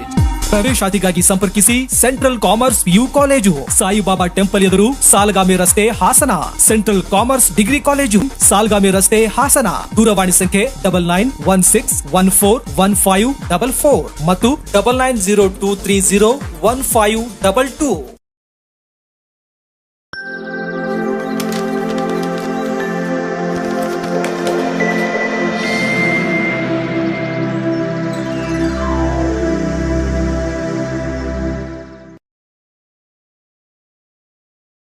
ಬ್ರೇಕ್ನ ನಂತರ HCN ನ್ಯೂಸ್ಗೆ ಸ್ವಾಗತ. ಇತ್ತೀಚೆಗಷ್ಟೇ PU ಫಲಿತಾಂಶ ಬಂದಿದ್ದು, ಹಾಸನದ ಓರ್ವ ವಿದ್ಯಾರ್ಥಿಯ ಅಂಕಪಟ್ಟಿಯಲ್ಲಿ ಅಂಕ ನಮೂದಿಸುವ ಸಂದರ್ಭ PU ಬೋರ್ಡ್ ಎಡವಟ್ಟು ಮಾಡಿದ್ದು 70 ಅಂಕಗಳಿಗೆ 21 ಅಂಕ ನೀಡಿರುವುದು ಬೆಳಕಿಗೆ ಬಂದಿದೆ. ಹಾಸನದ ಬೆಸ್ಟ್ PU ಕಾಲೇಜಿನ ದ್ವಿತೀಯ PUC ವಿದ್ಯಾರ್ಥಿ ಮೊಹಮ್ಮದ್ ಜಿಲಾನಿ ಸಾದಿಕ್ರಿಗೆ ಕಂಪ್ಯೂಟರ್ ಸೈನ್ಸ್ ವಿಷಯದಲ್ಲಿ 70ಕ್ಕೆ 21 ಅಂಕಗಳು ಅಂಕಪಟ್ಟಿಯಲ್ಲಿ ನಮೂದಾಗಿತ್ತು. ಈ ವಿದ್ಯಾರ್ಥಿ ಬೇರೆಲ್ಲ ವಿಷಯಗಳಲ್ಲಿ 90ಕ್ಕಿಂತ ಹೆಚ್ಚು ಅಂಕ ಪಡೆದಿದ್ದು, ಕಂಪ್ಯೂಟರ್ ಸೈನ್ಸ್ ವಿಷಯದಲ್ಲಿ ಮಾತ್ರ ಕಡಿಮೆ ಬಂದಿರುತ್ತದೆ. ಇದರಿಂದ ಅನುಮಾನಪಟ್ಟು ಈ ಸಂಬಂಧ ಉತ್ತರ ಪತ್ರಿಕೆಯನ್ನು ತರಿಸಿ ನೋಡಿದಾಗ ಆ ವಿದ್ಯಾರ್ಥಿಯು 70ಕ್ಕೆ 70 ಅಂಕಗಳನ್ನು ಪಡೆದಿರುವುದು ಕಂಡುಬಂದಿದೆ. ಒಟ್ಟಾರೆಯಾಗಿ ಬರೋಬ್ಬರಿ 49 ಅಂಕಗಳು ಕಡಿಮೆಯಾಗಿ ನಮೂದಾಗಿದೆ. ಈ ಸಮಯದಲ್ಲಿ ಕಾಲೇಜಿನ ಪ್ರಾಂಶುಪಾಲ ನವೀನ್ ಮಾತನಾಡಿ, ಈ ರೀತಿಯ PU ಬೋರ್ಡ್ ಎಡವಟ್ಟನ್ನ ಮಾಡಿ ವಿದ್ಯಾರ್ಥಿಗಳ ಜೀವನದ ಜೊತೆ ಆಟ ಆಡುತ್ತಿದ್ದಾರೆ. ಸಂಬಂಧಪಟ್ಟವರು ಈ ಕೂಡಲೇ ಇದರ ಕಡೆ ಗಮನ ಹರಿಸುವುದು ಉತ್ತಮ ಎಂದರು. ಇದೇ ರೀತಿ ತಮಗೆ ಒಂದೆರಡು ವಿಷಯಗಳಲ್ಲಿ ಕಡಿಮೆ ಅಂಕ ಬಂದಿರುವ ವಿದ್ಯಾರ್ಥಿಗಳು ಹೆಚ್ಚಿನ ಅಂಕ ಬರುವ ಆತ್ಮವಿಶ್ವಾಸ ಹೊಂದಿರುವವರು ಉತ್ತರ ಪತ್ರಿಕೆ ತರಿಸಿಕೊಳ್ಳಬೇಕೆಂದು ಬೇರೆ ವಿದ್ಯಾರ್ಥಿಗಳಿಗೆ ಸಲಹೆ ನೀಡಿದರು. HCN news Hassan. ನಮಸ್ಕಾರ. ಇವತ್ತು ನಾವು ಯಾವ ವಿಚಾರ ಹೇಳಬೇಕು ಅಂದ್ಕೊಂಡಿದ್ದೀವಿ ಅಂದರೆ, ನಮ್ಮ ಬೆಸ್ಟ್ PU ಕಾಲೇಜು ಅಂತೇಳಿ ಹಾಸನದಲ್ಲಿದೆ. ನಮ್ಮ ವಿದ್ಯಾರ್ಥಿ ಒಬ್ಬ ಇತ್ತೀಚೆಗಷ್ಟೇ ಸೆಕೆಂಡ್ PUC ರಿಸಲ್ಟ್ ನೋಡಿದಾಗ ಅವನಿಗೆ ಕಂಪ್ಯೂಟರ್ ಸೈನ್ಸ್ ವಿಭಾಗದಲ್ಲಿ ಅವನಿಗೆ 21 ಮಾರ್ಕ್ಸ್ ಕೊಟ್ಟಿದ್ದಾರೆ. ಬೇರೆ ಎಲ್ಲ ಸಬ್ಜೆಕ್ಟಲ್ಲೂ ಕೂಡ 90 ಮೇಲೆ ಇದೆ. ಆ ಸಬ್ಜೆಕ್ಟಲ್ಲಿ ಮಾತ್ರ 21 ಬಂದಿತ್ತು. ನಮಗೆ ಶಾಕ್ ಆಯಿತು ಆ್ಯಕ್ಚುಲಿ. ಅದು ನೋಡಿದ್ಮೇಲೆ ಮತ್ತೆ ನಾವು ಪೇಪರ್ ಕಾಪಿ ತೆಗೆಸ್ಕೊಂಡು ನೋಡಿದಾಗ ಅವನಿಗೆ 70ಕ್ಕೆ 70 ಬಂದಿದೆ. ಆದರೆ ಅವನಿಗೆ ಕೊಟ್ಟಿರೋದು ಮಾರ್ಕ್ಸ್ ಮಾತ್ರ ಕೇವಲ 21 ಕೊಟ್ಟಿದ್ದಾರೆ. ಅಂದರೆ ಬರೋಬ್ಬರಿ 49 ಮಾರ್ಕ್ಸ್ ಕಮ್ಮಿ ಕೊಟ್ಟಿದ್ದಾರೆ. ಅಂದರೆ ಎಷ್ಟು ಬೇಜವಾಬ್ದಾರಿತನದಲ್ಲಿ ಈ ಒಂದು ಕೆಲಸ ಆಗಿದೆ, ಎಷ್ಟು ಎಡವಟ್ಟಾಗಿದೆ, ಇದರಿಂದ ಮಕ್ಕಳ ಮನಸ್ಸು ಮೇಲೆ ಹೆಂಗೆ ಪರಿಣಾಮ ಬೀರಿದೆ, ಅವನು ಎಷ್ಟು ಡಿಪ್ರೆಷನ್ಗೆ ಹೋಗಿದ್ದಾನೆ, ಅವ್ರ ಪೇರೆಂಟ್ಸ್ ಎಷ್ಟು ಗಾಬರಿ ಆಗಿದ್ದಾರೆ. ಸೊ ಇದ್ರ ಬಗ್ಗೆ ಯಾರು ಗಮನ ಹರಿಸೋದು? ಸರ್ ನಮಸ್ತೆ. ಸೊ ಇತ್ತೀಚೆಗೆ 2026 ಏನು ಈಗ ಸೆಕೆಂಡ್ PU ಎಕ್ಸಾಮ್ ಮುಗೀತು. ಸೊ ಆ ಎಕ್ಸಾಮ್ ಮುಗಿದ ಮೇಲೆ ಈಗ ರಿಸಲ್ಟ್ 9ನೇ ತಾರೀಕು ಅನೌನ್ಸ್ ಆಯಿತು. ಸೊ ಆ ರಿಸಲ್ಟ್ ಬಂದಾಗ ನಾವು ಎಕ್ಸ್ಪೆಕ್ಟೆಡ್ ಅಂದರೆ ಆ ವಿದ್ಯಾರ್ಥಿ ಎಕ್ಸಾಮ್ ಬರೆದಾಗಲೇ ಹೇಳಿದ್ದ 100ಕ್ಕೆ 100 ಕಂಪ್ಯೂಟರ್ ಸೈನ್ಸಲ್ಲಿ ಬರುತ್ತೆ ಅಂತ. ಆದರೆ ನಾವು ರಿಸಲ್ಟ್ ಓಪನ್ ಮಾಡಿ ನೋಡಿದ ತಕ್ಷಣ ಅವನಿಗೆ ಬಂದಿದ್ದ ಮಾರ್ಕ್ಸು 21. ಸೊ ಇದರಿಂದ ನನಗೆ ತುಂಬಾ ಗಾಬರಿ ಆಯಿತು. ಅಂಥ ಒಳ್ಳೆ ಸ್ಟೂಡೆಂಟು, ಸ್ಕೋರ್ ಮಾಡೋ ಸ್ಟೂಡೆಂಟು ಇಷ್ಟೊಂದು ಕಡಿಮೆ ತೆಗೆಯೋಕ್ಕೆ ಸಾಧ್ಯ ಇಲ್ಲ ಅಂತೇಳ್ಬಿಟ್ಟು ಏನು ಮಾಡಿದ್ವಿ, ತಕ್ಷಣ ನಾವು ಆ ಒಂದು ಸ್ಕ್ಯಾನರ್ಡ್ ಕಾಪಿ ತರ್ಸೋಕ್ಕೆ ಅಪ್ಲೈ ಮಾಡಿಸಿದ್ವಿ. ಸೊ ಆವಾಗ ಆ ಪೇಪರ್ನ ನೋಡಿದಾಗ ನಿಮ್ಮ ಮುಂದೆ ಇಲ್ಲಿ 70ಕ್ಕೆ 70 ಅಂಕಗಳು ಅವನಿಗೆ ಬಂದಿದೆ. ಸೊ ಹೀಗಾಗಿ ನನ್ನ ಹೆಸರು ಮೊಹಮ್ಮದ್ ಜಿಲಾನಿ ಸಾದಿಕ್ ಅಂತ. ನಾನು ಬೆಸ್ಟ್ ಕಾಮರ್ಸ್ ಕಾಲೇಜಲ್ಲಿ ಓದ್ತಿದ್ದೀನಿ. ನಾನು ಈಗ ಸೆಕೆಂಡ್ PUC ಆಗಿದ್ದ ಎಕ್ಸಾಮು ಕೊಟ್ಟಿದ್ದೆ. ಅದರಲ್ಲಿ ನನಗೆ ಟೋಟಲಾಗಿ 523 ಮಾರ್ಕ್ಸ್ ಬಂದಿದೆ. ನೀವು ನೋಡ್ಬೋದು, ಬೇಕಾದರೆ ಇಲ್ಲೈತೆ ರಿಸಲ್ಟು. ಇದರಲ್ಲಿ ಎಲ್ಲದರಲ್ಲೂ ನೋಡ್ಬೋದು 94, 91, 97, 95, 95 ಎಲ್ಲದರಲ್ಲೂ 90 ಅಬೋ ಬಂದಿದೆ. ಅಂದರೆ ನಾನು ಚೆನ್ನಾಗಿ ಓದ್ತಿದ್ದೆ ಅಂತ ಹೇಳ್ತೀನಿ. ಅದರಲ್ಲಿ CSL ಒಂದು 51 ಮಾರ್ಕ್ಸ್ ಕೊಟ್ಟವ್ರೆ, ಅಂದರೆ ಪ್ರಾಕ್ಟಿಕಲ್ ಮಾರ್ಕ್ಸ್ ಸೇರಿಸಿ 21 ಯಾವುದ್ರಲ್ಲಿ ಕೊಟ್ಟವ್ರೆ, ಥಿಯರಿಯಲ್ಲಿ ಕೊಟ್ಟವ್ರೆ. ನಾನು ಥಿಯರಿಯಲ್ಲಿ ಔಟ್ ಆಫ್ ಔಟ್ ಬರಂಗೆ ಬರ್ದಿದ್ದೆ. ಇದೇ ಥರ ನನಗೆ ರಿಸಲ್ಟ್ ನೋಡಿದ ತಕ್ಷಣ ಶಾಕ್ ಆಯಿತು, ಇದೇನು ಇಷ್ಟು ಕಡಿಮೆ ಕೊಟ್ಬಿಟ್ಟವ್ರೆ ಅಂತ. ಅದಕ್ಕೆ ಕಾಯ್ದೆ, ಇದು ಪೇಪರು ಸ್ಕ್ಯಾನ್ ಕಾಪಿ ತರಿಸೋಣ ಅಂತ. ಸ್ಕ್ಯಾನ್ ಕಾಪಿಗೆ ಹಾಕಿದ ತಕ್ಷಣ ಹಾಕಾದ್ಮೇಲೆ 2 ದಿವಸ ಆದಮೇಲೆ ಬಂತು. ಸ್ಕ್ಯಾನ್ ಕಾಪಿಯಲ್ಲಿ ನೋಡಿದಾಗ ಪೇಪರಲ್ಲಿ 70 ಔಟ್ ಆಫ್ 70 ಐತೆ. ಈ ಥರ ಮಾರ್ಕ್ಸು 49 ಮಾರ್ಕ್ಸು ಈ ಥರ ಕಡಿಮೆ ಮಾಡೋರೆ. ಈ ಥರ 49 ಮಾರ್ಕ್ಸ್ ಕಡಿಮೆ ಮಾಡಿದಾಗ ಒಬ್ಬರು ಸ್ಟೂಡೆಂಟಿಂದು ಲೈಫೇ ಹಾಳಾಗ್ಬೋದು. ರೈತರು ತಮ್ಮ ಜಮೀನಿಗೆ ತೆರಳಲು ರಸ್ತೆ ಅಗತ್ಯವಿದೆ ಎಂದು ರಸ್ತೆ ನಿರ್ಮಾಣಕ್ಕೆ ಅವಕಾಶ ಕೋರಿ ತಹಸೀಲ್ದಾರ್ ಅವರಿಗೆ ಮನವಿ ಸಲ್ಲಿಸಲಾಗಿತ್ತು. ಇದರ ಆದೇಶದಂತೆ ಗ್ರಾಮ ಲೆಕ್ಕಾಧಿಕಾರಿ ಸಿಬ್ಬಂದಿಗಳ ಉಪಸ್ಥಿತಿಯಲ್ಲಿ ಸ್ಥಳವನ್ನು ಗುರುತು ಮಾಡಿ ಆ ಬಳಿಕ ಸ್ವಂತ ಖರ್ಚಿನಲ್ಲಿ ರಸ್ತೆ ನಿರ್ಮಾಣ ಮಾಡಲಾಗಿದೆ. ಆದರೆ ರಸ್ತೆ ನಿರ್ಮಾಣದಿಂದ ಭುಗಿಲೆದ್ದಿರುವ ವಿವಾದಕ್ಕೆ ಸಂಬಂಧಿಸಿದಂತೆ ಎದುರಾಳಿ ವ್ಯಕ್ತಿಗಳು ಮಾಡುತ್ತಿರುವ ಆರೋಪಗಳೆಲ್ಲವೂ ಸತ್ಯಕ್ಕೆ ದೂರವಾಗಿದೆ ಎಂದು ಗ್ರಾಮಸ್ಥ ಭಾರತ್ ಹೇಳಿದರು. ಬೇಲೂರು ತಾಲೂಕು ಅರೇಹಳ್ಳಿ ಹೋಬಳಿ ಮಲಸಾವರ ಗ್ರಾಮ ಪಂಚಾಯಿತಿ ವ್ಯಾಪ್ತಿಗೆ ಒಳಪಡುವ ಚಿಕ್ಕಸಾಲಾವರ ಗ್ರಾಮದ ಸರ್ವೆ ನಂಬರ್ 88ರಲ್ಲಿ ನಿರ್ಮಿಸಲಾದ ರಸ್ತೆ ಸಂಬಂಧ ಉದ್ಭವಿಸಿರುವ ಸಮಸ್ಯೆ ಕುರಿತು ಮಾತನಾಡಿ, ರಸ್ತೆಗೆ ತೆರಳೋ ಮಾರ್ಗದಲ್ಲಿ ರೇವತಿ ಹಾಗೂ ಹರೀಶ್ ಎಂಬುವರ ಮನೆ ಇದೆ. ಹರೀಶ್ ರವರ ಒಪ್ಪಿಗೆಯನ್ನ ಪಡೆದೇ ಜಮೀನು ಮಾಲೀಕರು ರಸ್ತೆಯನ್ನ ನಿರ್ಮಿಸಿಕೊಂಡಿದ್ದಾರೆ. ಆದರೆ ಇದೀಗ ಹರೀಶ್ ಹಾಗೂ ರೇವತಿ ದಂಪತಿ ರಸ್ತೆ ನಿರ್ಮಾಣ ಪೂರ್ಣಗೊಂಡಿದ್ರೂ ನ್ಯಾಯಾಲಯದಿಂದ ತಡೆಯಾಜ್ಞೆ ತಂದಿದ್ದು ತಮಗೆ ಜೀವ ಬೆದರಿಕೆ ಇದ್ದು ವಿನಾಕಾರಣ ಸುಳ್ಳು ಆರೋಪ ಮಾಡುತ್ತಿದ್ದಾರೆ. ಸರ್ವೆ ನಂಬರ್ 24, 23, 25, 16 ಸೇರಿದಂತೆ ಇತರೆ ಹಿಡುವಳಿ ಜಮೀನಿಗೆ ತೆರಳಲು ನಿರ್ಮಾಣ ಮಾಡಲಾದ ರಸ್ತೆಯೇ ಆಧಾರವಾಗಿದೆ. 10 ಬಡ ಕುಟುಂಬಗಳಿಗೆ ಆಧಾರವಾಗಿರುವ ರಸ್ತೆ ಮೂಲಕ ಜಮೀನಿಗೆ ತೆರಳದಂತೆ ಮೋರಿಯನ್ನ ಹರೀಶ್ ದಂಪತಿಗಳು ಕಿತ್ತು ಹಾಕಿದ್ದಾರೆ. ತಿರುಗಾಡುವ ರಸ್ತೆಗೆ ತೊಂದರೆ ಮಾಡುತ್ತಿರುವವರ ಮೇಲೆ ಸೂಕ್ತ ಕ್ರಮ ಜರುಗಿಸಿ ನ್ಯಾಯ ಒದಗಿಸಬೇಕು. ಈ ನಿಟ್ಟಿನಲ್ಲಿ ನಾವು ಜಿಲ್ಲಾಧಿಕಾರಿಗಳಿಗೆ ಮನವಿ ಸಲ್ಲಿಸುತ್ತೇವೆ ಎಂದರು. ಈ ವೇಳೆ ಯಶೋಧ ಮಾತನಾಡಿ, ರಸ್ತೆ ನಿರ್ಮಾಣಕ್ಕೆ ನನ್ನ ಜಮೀನನ್ನ ಕೂಡ ಬಿಟ್ಟುಕೊಟ್ಟಿದ್ದೇನೆ. ಇಲ್ಲಿಯವರೆಗೂ ರಸ್ತೆ ಇಲ್ಲದಿದ್ರಿಂದ ಜಮೀನನ್ನ ಪಾಳು ಬಿಡಲಾಗಿದೆ. ನನ್ನ ಮೈದುನನ ಮನೆ ಮುಂದೆಯೇ ರಸ್ತೆ ನಿರ್ಮಾಣ ಮಾಡಲಾಗಿರೋದ್ರಿಂದ ನಮ್ಮ ಮೇಲೆ ಇಲ್ಲಸಲ್ಲದ ಆರೋಪಗಳನ್ನ ಮಾಡಿ ಈ ರಸ್ತೆಯಲ್ಲಿ ತಿರುಗಾಡಲು ತೊಂದರೆ ನೀಡುತ್ತಾ ಅವಾಚ್ಯ ಪದ ಬಳಸಿ ನಿಂದಿಸುತ್ತಿದ್ದಾರೆ ಎಂದರು. ರೈತ ದ್ಯಾವಪ್ಪ ಮಾತನಾಡಿ, ಈಗಿರುವ ರಸ್ತೆಯು 100 ವರ್ಷಗಳಿಂದ ಕಾಲುದಾರಿಯಾಗಿತ್ತು. ಜಮೀನಿರುವ ಸ್ಥಳದಿಂದ ಮುಖ್ಯ ರಸ್ತೆಗೆ ಸುಮಾರು 1 ಕಿಲೋಮೀಟರ್ ದೂರ ಇರೋದ್ರಿಂದ ಭತ್ತ ಮತ್ತು ಇನ್ನಿತರೆ ಬೆಳೆ ಬೆಳೆಯಲು ಕಷ್ಟವಾಗುತ್ತಿರೋದ್ರಿಂದ ಜಮೀನು ಮಾಲೀಕರ ಒಪ್ಪಿಗೆ ಮೇರೆಗೆ ರಸ್ತೆ ನಿರ್ಮಿಸಿಕೊಂಡಿದ್ದೇವೆ. ಮತ್ತೆ ಇವರೇನಾದರೂ ತೊಂದರೆ ನೀಡಿದ್ರೆ ನಮ್ಮ ಜಮೀನುಗಳನ್ನ ಇವರಿಗೆ ಮಾರಲು ಸಿದ್ದರಿದ್ದೇವೆ ಎಂದು ಆಕ್ರೋಶ ವ್ಯಕ್ತಪಡಿಸಿದರು. ಈ ಸಂದರ್ಭದಲ್ಲಿ ಉಮೇಶ್, ತಮ್ಮಣ್ಣ, ಪುಟ್ಟಮ್ಮ, ಉಪೇಂದ್ರ, ದ್ಯಾವಪ್ಪ, ತೀರ್ಥ, ಆರತಿ ಹಾಗೂ ಇತರರು ಹಾಜರಿದ್ದರು. HCN news, Belur. ನನ್ನ ಹೆಸರು ಭರತ್ ಅಂತ, ಚಿಕ್ಕಸಾಲಾವರ ಗ್ರಾಮ, ಬೇಲೂರು ತಾಲೂಕು, ಹಾಸನ ಡಿಸ್ಟಿಕ್ಕಿಂದ. ನಮಗೆ ಸುಮಾರು ಒಂದು 7 ರಿಂದ 10 ಜನಕ್ಕೆ ಇಲ್ಲಿ ಜಮೀನಿದೆ. ಇಲ್ಲಿ ನೋಡ್ಬೋದು, ಎಲ್ಲ ಹಾಳು ಬಿಟ್ಟಿದ್ದೀವಿ. ಸೊ ಅದಕ್ಕೆ ನಾವು ಸ್ಟಾರ್ಟಿಂಗಲ್ಲಿ ಒಬ್ರದ್ದು ಮನೆ ಬರುತ್ತೆ, ಅಲ್ಲಿ ರೋಡ್ ಮಾಡ್ಕೊಳ್ಳೋದಕ್ಕೆ ನಾವು ಕಾನೂನು ಪ್ರಕಾರನೇ ಅವ್ರ ಹತ್ರ ಕೇಳಿದ್ವಿ. ಅವರು ಒಪ್ಕೊಳ್ಳಿಲ್ಲ. ಸೊ ನಾವು ತಾಲೂಕು ಆಫೀಸಿಗೆ ಬಂದುಬಿಟ್ಟು ಅರ್ಜಿ ಹಾಕಿದ್ವಿ. ಅರ್ಜಿ ಕಾಪಿ ಬಂದುಬಿಟ್ಟು ಇಲ್ಲೇ ಇದೆ, ನೋಡ್ಬೋದು. ಇದು ನೋಡ್ಬಿಟ್ಟು ತಹಶೀಲ್ದಾರ್ ಅವರು ಒಂದು ಆರ್ಡರ್ ಕಾಪಿ ಕೊಟ್ಟರು. HCN ನ್ಯೂಸ್ನಲ್ಲಿ ಈಗ ಒಂದು ಪುಟ್ಟ ಬ್ರೇಕ್.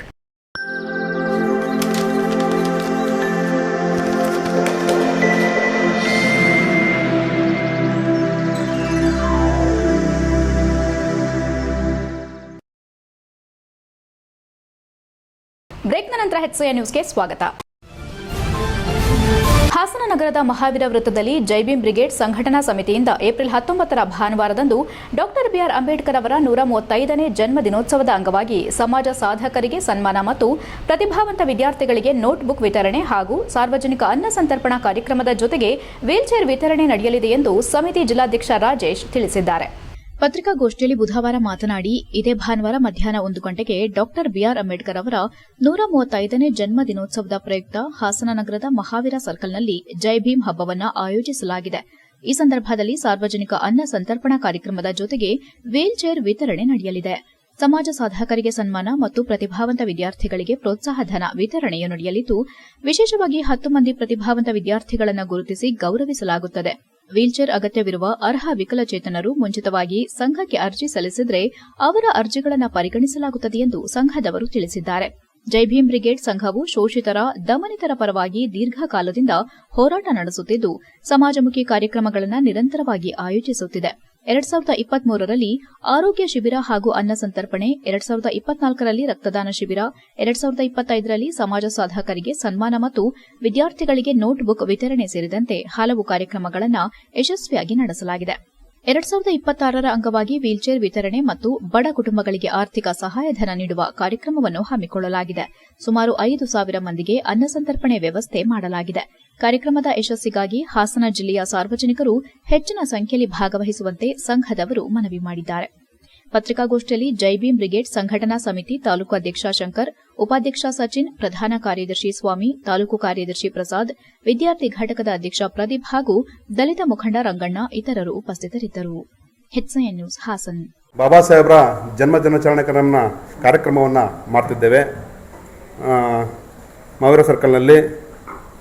ಇದರ ಜೊತೆಗೆ ಸುಮಾರು 5,000-10,000 ಜನಕ್ಕೆ ಅನ್ನ ಸಂತರ್ಪಣೆ ಕಾರ್ಯಕ್ರಮವನ್ನು ಸಹ ಮಾಡ್ತಿದ್ದೇವೆ. ಮತ್ತು ಸಮಾಜದಲ್ಲಿ ಕಡೆಗಣಿಸಲ್ಪಟ್ಟಿರ್ತಾರೆ, ಅವರನ್ನು ಗುರುತು ಮಾಡಲ್ಲ, ಅಂಥವರನ್ನು ಗುರುತಿಸಿ ಸನ್ಮಾನ ಸಹ ಕೂಡ ಮಾಡ್ತಿದ್ದೇವೆ. ಈ ಬಾರಿ ಉತ್ತಮವಾಗಿ ತೇರ್ಗಡೆಗೊಂಡ ಮಕ್ಕಳಿಗೆ ಏನು ಈ ಸಲ ಸಮಾಜ ಕಲ್ಯಾಣ ಇಲಾಖೆ ಒಂದು 10 ಜನ ಗುರುತಿಸಿ ಅವರಿಗೆ ಸನ್ಮಾನ ಮಾಡ್ತು. ಅದೇ ರೀತಿ ಮಾದರಿಯಲ್ಲಿ ಅವ್ರಿಗೆ ಸನ್ಮಾನ ಸಹ ಹಮ್ಮಿಕೊಂಡಿದ್ದೇವೆ. ಅದಕ್ಕಿಂತ ಹೆಚ್ಚಾಗಿ ವಿಶೇಷವಾಗಿ ಸಮಾಜ ನಿರ್ಮಾಣಕ್ಕೆ ಏನು ಬಾಬಾ ಸಾಹೇಬರು ಕಂಡ ಕನಸು ಎಲ್ರಿಗೂ ಸಾಕಬೇಕು, ಎಲ್ರಿಗೂ ಅವಕಾಶ ಚೆಲ್ಲಬೇಕು ಅಂತ ವಿಶೇಷಚೇತನರಿಗೆ ಸರಿಸುಮಾರು 10 ವೀಲ್ ಚೇರ್ಗಳನ್ನು ಸಹ ನಾವು ಕೊಡ್ತಿದ್ದೇವೆ. ಹಾಸನ ನಗರದಲ್ಲಿರುವ ಹಾಸನಾಂಬ ಕಲಾಕ್ಷೇತ್ರವು 3 ದಿನಗಳ ಕಾಲ ನಿಜಾರ್ಥದಲ್ಲಿ ರಂಗಭೂಮಿಯ ಹಬ್ಬಕ್ಕೆ ಸಾಕ್ಷಿಯಾದಂತಿತ್ತು. ನಾಟ್ಯ ವೈಭವ ರಂಗಸಿರಿ ಹಾಸನ ಜಿಲ್ಲಾ ಕಾರ್ಯನಿರತ ಪತ್ರಕರ್ತರ ಸಂಘದ ಸಂಯುಕ್ತಾಶ್ರಯದಲ್ಲಿ ಆಯೋಜಿಸಲಾದ ನಾಟ್ಯ ವೈಭವ ಕಾಲೇಜು ರಂಗ ಯುವ ಮನಸ್ಸುಗಳ ರಂಗಸುಗ್ಗಿ ಎಂಬ ನಾಟಕೋತ್ಸವವು ಕಲಾಭಿಮಾನಿಗಳ ಅಪಾರ ಮೆಚ್ಚುಗೆಗೆ ಪಾತ್ರವಾಗಿ ಯಶಸ್ವಿಯಾಗಿ ಗುರುವಾರದಂದು ಸಮಾಪ್ತಿಯಾಯಿತು. ಈ 3 ದಿನಗಳ ನಾಟಕೋತ್ಸವದಲ್ಲಿ ಜಿಲ್ಲೆಯ ವಿವಿಧ ಕಾಲೇಜುಗಳ ವಿದ್ಯಾರ್ಥಿಗಳು ತಮ್ಮ ಕಲಾತ್ಮಕ ಪ್ರತಿಭೆಯನ್ನು ಅನಾವರಣಗೊಳಿಸಿದ್ದು, ಪ್ರತಿದಿನವೂ ವಿಭಿನ್ನ ಕಥಾ ಹಂದರಗಳೊಂದಿಗೆ ಪ್ರೇಕ್ಷಕರ ಮನಸ್ಸನ್ನ ಕಟ್ಟಿಹಿಡಿಯುವ ನಾಟಕಗಳು ಪ್ರದರ್ಶನಗೊಂಡವು. ಕಾರ್ಯಕ್ರಮವು ಕೇವಲ ಮನರಂಜನೆಗೆ ಸೀಮಿತವಾಗಿ ಸಾಮಾಜಿಕ, ಸಾಂಸ್ಕೃತಿಕ ಮತ್ತು ಚಿಂತನೆಗೆ ಪ್ರೇರೇಪಿಸುವ ಸಂದೇಶವನ್ನ ಹೊತ್ತಿತು. ಕಾರ್ಯಕ್ರಮದಲ್ಲಿ ಕರ್ನಾಟಕ ಕಾರ್ಯನಿರತ ಪತ್ರಕರ್ತರ ಸಂಘದ ರಾಜ್ಯಾಧ್ಯಕ್ಷ ಶಿವಾನಂದ ತಗಡೂರು 3 ದಿನದ ಶಿಬಿರದ ಅಧ್ಯಕ್ಷತೆ ವಹಿಸಿ ಮಾತನಾಡಿ, ಹಾಸನ ಜಿಲ್ಲೆಯ ಯುವ ಪ್ರತಿಭೆಗಳು ರಂಗಭೂಮಿಯಲ್ಲಿ ತೋರಿದ ಶ್ರಮ ಮತ್ತು ಸಮರ್ಪಣೆ ಶ್ಲಾಘನೀಯವಾಗಿದೆ ಎಂದರು. ಕಳೆದ 3 ದಿನಗಳಿಂದ ನಿರಂತರವಾಗಿ ನಡೆದ ನಾಟಕ ಪ್ರದರ್ಶನಗಳು ರಂಗಭೂಮಿಯ ವೈಭವವನ್ನು ಮತ್ತೆ ನೆನಪಿಸಿವೆ. ಹಾಸನ ಜಿಲ್ಲೆ ರಾಜಕೀಯದಾಚೆಗೆ ಕಲೆ, ಸಾಹಿತ್ಯ ಮತ್ತು ಸಂಸ್ಕೃತಿಯಲ್ಲಿ ತನ್ನದೇ ಆದ ಗುರುತನ್ನ ಹೊಂದಿದೆ ಎಂಬುದನ್ನು ಈ ನಾಟಕೋತ್ಸವ ಮತ್ತೊಮ್ಮೆ ಸಾಬೀತುಪಡಿಸಿದೆ ಎಂದರು. ಕಾರ್ಯಕ್ರಮದಲ್ಲಿ ರಾಜ್ಯ ಕಾರ್ಯನಿರತ ಪತ್ರಕರ್ತರ ಸಂಘದ ಉಪಾಧ್ಯಕ್ಷ HB ಮದನಗೌಡ ಮಾತನಾಡಿ, ಇಂತಹ ನಾಟಕೋತ್ಸವಗಳು ಯುವಕರಲ್ಲಿ ಸಾಂಸ್ಕೃತಿಕ ಚಟುವಟಿಕೆಗಳ ಬಗ್ಗೆ ಆಸಕ್ತಿ ಹೆಚ್ಚಿಸುವುದರ ಜೊತೆಗೆ ರಂಗಭೂಮಿಯ ಪುನರುಜ್ಜೀವನಕ್ಕೆ ಕಾರಣವಾಗುತ್ತವೆ ಎಂದರು. ಹಿರಿಯ ಕಲಾವಿದ ಗುಂಡಣ್ಣ ತಮ್ಮ ಭಾಷಣದಲ್ಲಿ ಹಾಸನ ಜಿಲ್ಲೆಯಲ್ಲಿ ರಂಗಭೂಮಿಗೆ ಬೇಕಾದಷ್ಟು ಪ್ರೋತ್ಸಾಹ ಸಿಗುತ್ತಿಲ್ಲ ಎಂಬುದರ ಬಗ್ಗೆ ಬೇಸರ ವ್ಯಕ್ತಪಡಿಸಿದರು. ಯುವಕರು ರಂಗಭೂಮಿಯತ್ತ ಹೆಚ್ಚು ಗಮನ ಹರಿಸಿ ಅದನ್ನು ಇನ್ನಷ್ಟು ಬಲಪಡಿಸಬೇಕೆಂದು ಕರೆ ನೀಡಿದರು. ಶಿಕ್ಷಣದ ಜೊತೆಗೆ ಕಲೆ ಮತ್ತು ಸಂಸ್ಕೃತಿ ಕೂಡ ವ್ಯಕ್ತಿತ್ವ ವಿಕಸನಕ್ಕೆ ಅತಿ ಮುಖ್ಯ ಎಂದು ತಿಳಿಸಿದರು.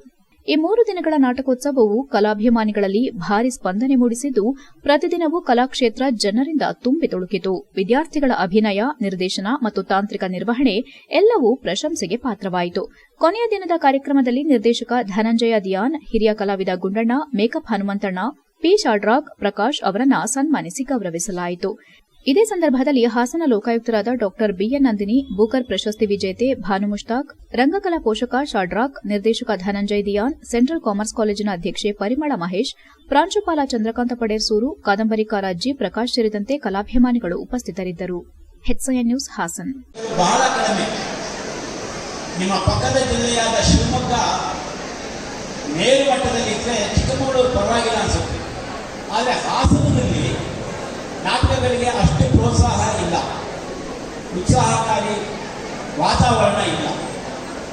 ಅದನ್ನು ರೂಪಿಸುವಂಥ, ಮುಂದಿನ ದಿನಗಳಲ್ಲಿ ರಂಗಭೂಮಿಯನ್ನು ಶಕ್ತಿಶಾಲಿಯಾಗಿ ಕಟ್ಟುವಂಥ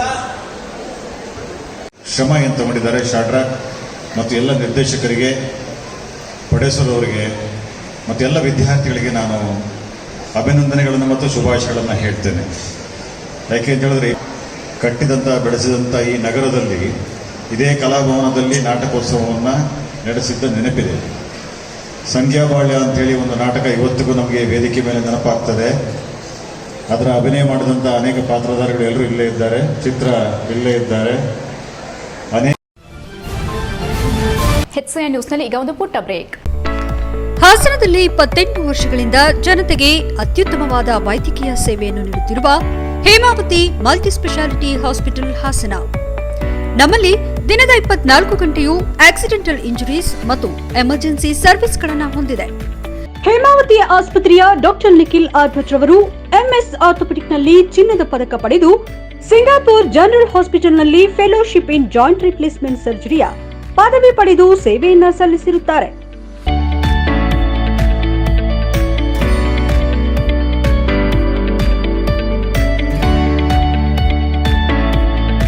ನಮ್ಮಲ್ಲಿ ಆಂಬ್ಯುಲೆನ್ಸ್ ಸೇವೆಯೂ ಲಭ್ಯ. ಇನ್ನೇಕೆ ತಡ? ನೀವು ಯಾವುದೇ ಮೂಳೆ ಸಮಸ್ಯೆ ಹೊಂದಿದ್ದರೆ ಹಿಂದೆ ಭೇಟಿ ನೀಡಿ. ಹೇಮಾವತಿ ಮಲ್ಟಿ ಸ್ಪೆಷಾಲಿಟಿ ಹಾಸ್ಪಿಟಲ್, ಉತ್ತರ ಬಡಾವಣೆ, ಹಾಸನ.